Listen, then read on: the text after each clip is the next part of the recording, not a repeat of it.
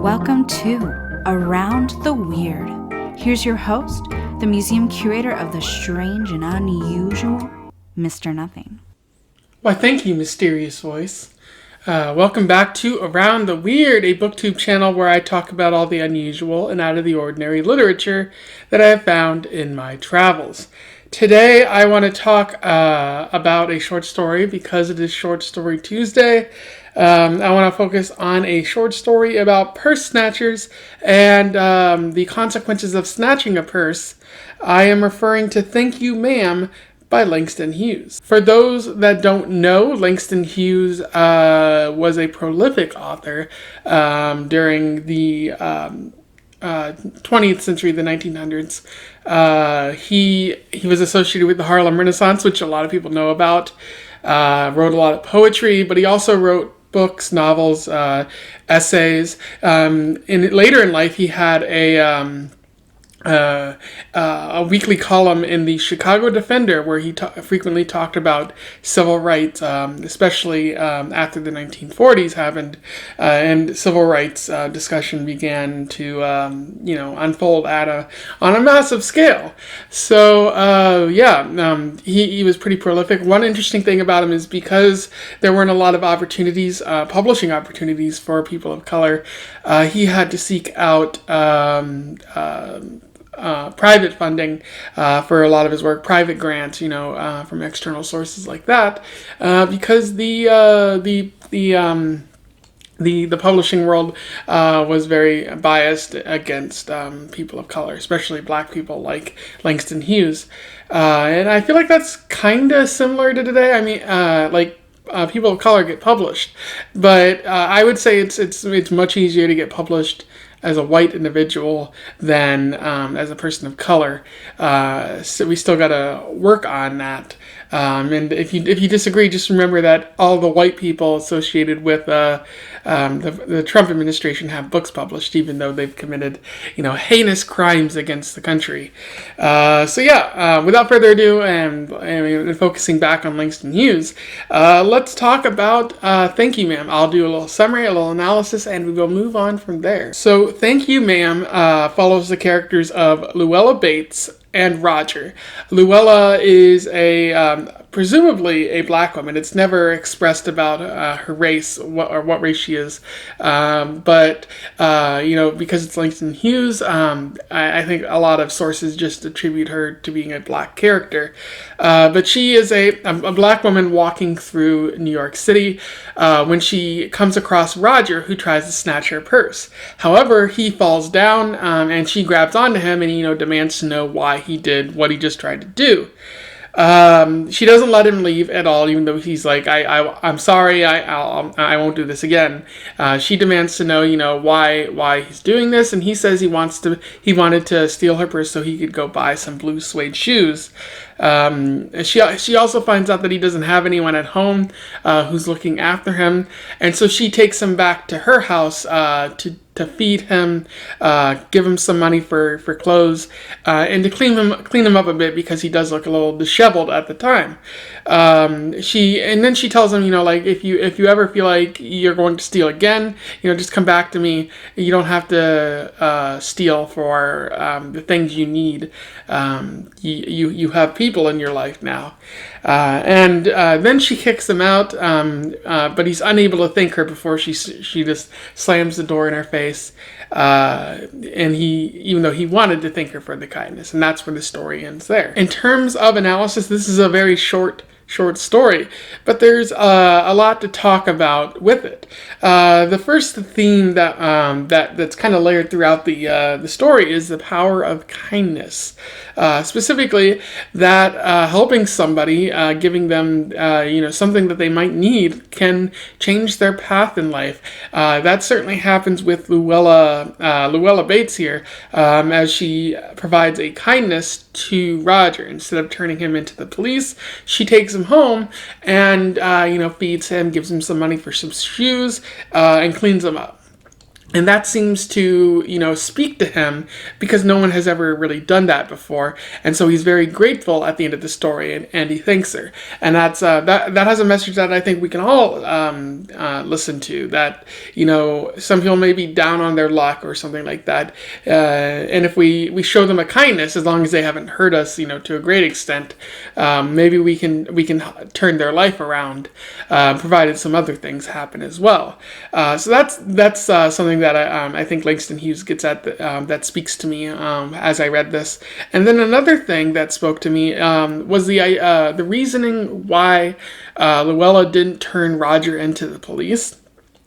And again, I think that has a lot to do with kindness, where the prison system often focuses on punishment rather than rehabilitation. So maybe Luella knew that instead of rehabbing Roger for what he just did, the cops would take Roger to jail, and he would just come out of it knowing that he would have to try harder to steal in the future. And that's one reason. But I think another reason has to do with something that Langston Hughes talked about often, and that's race. Langston Hughes wrote to a great extent how, there's a lot of discrimination against Black folks in America. And I think Luella in this story understands that. It's layered there, where like if Luella is to turn Roger in, he's going to enter the system and he might never come out of it again. He's a teenager, so he might end up in juvenile detention. I think that was a thing back in the early 1900s, although I'm not sure. Most likely they would try Roger as an adult for snatching a purse, because he's black, as history has shown time and time again. And then after entering that, he would commit more crimes in the future because the system did not work to rehabilitate him, and then he'd go to prison, and then maybe he would get out of prison, but society is very, again, biased against people of color, and also biased against people who've been to prison, and so he might find it difficult to find a job afterwards, and then he just end up back in prison again, and then maybe according to Luella, that'd be another black man who's in prison who doesn't need to be there. With his sentencing getting even high, maybe he'd spend his whole life in prison, and so based on what I know about, society, that's often how it goes, unfortunately. A high number of black men are in prison, some who don't need to be there, some for nonviolent drug crimes, and, some for something as simple as snatching a purse, when they in fact just need something, need basic necessities in order to live. So Luella's making a conscious choice by deciding not to call the police, not to involve the police into this. And I think that's a part of the story. I might be grasping a little bit at something that's not there. But based on Langston Hughes' past writing, and what I know about our current society, that seems like a problem that exists and is worth talking about as it relates to this story. And then the last question that I think the story raises is, will Roger change? At the end of the story, he's very thankful for the kindness that Luella has shown him. It could go two ways here. One, he could go out into society, become a better person, and not snatch any more purses, and try to live the best life he can, and turn to the people in his life whenever he needs help.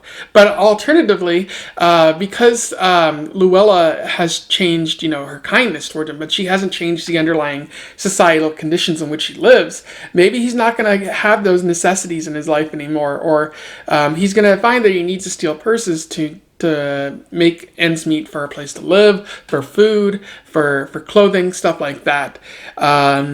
So the underlying system hasn't changed for Roger, unfortunately. The system that caused him to steal a purse in the first place. So I don't think that in that way, I don't think that Roger's going to really change much unless he keeps coming back to Luella. But eventually she's not going to be there for him anymore, or she's not going to be able to provide for him in some way because, eventually she won't have money for anyone but herself. That's unfortunate. I choose to remain hopeful in that this kindness will benefit Roger down the road, and he won't end up on the other side of a purse snatching anymore. Maybe he'll pay the kindness forward too, and make it so that the next person who snatches a purse doesn't face jail time either. Something to think about, and hopefully consider, because we have to consider the underlying societal factors that lead to a person like Roger deciding that in order to make ends meet, I have to steal this person's wallet. And so that was Thank You, Ma'am by Langston Hughes, a pretty interesting short story. Maybe I went a little too in depth to it than I was supposed to, but this is Langston Hughes, and he was constantly writing about this, so I feel that it's pretty fair, especially because this story came out later in his life during the civil rights movement, so it feels fair to discuss that aspect of it. It's in the public domain, so I will put a link to it in the description so that you can also read it, and we can have a chat about Langston Hughes' work and the implications of everything. Leave a comment below if you read this before, or you just read it, or you want to say something about my review. Let's have that conversation.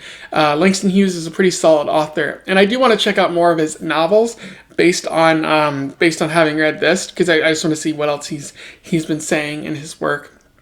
Don't forget to like, share, and subscribe so that we can get Langston Hughes' work out to the masses, especially his short stories, which I don't think too many people are aware of. And in the meantime, I wish you the best of luck in your weird and thievish travels. Don't call the police on people when there are other alternatives to use. Farewell.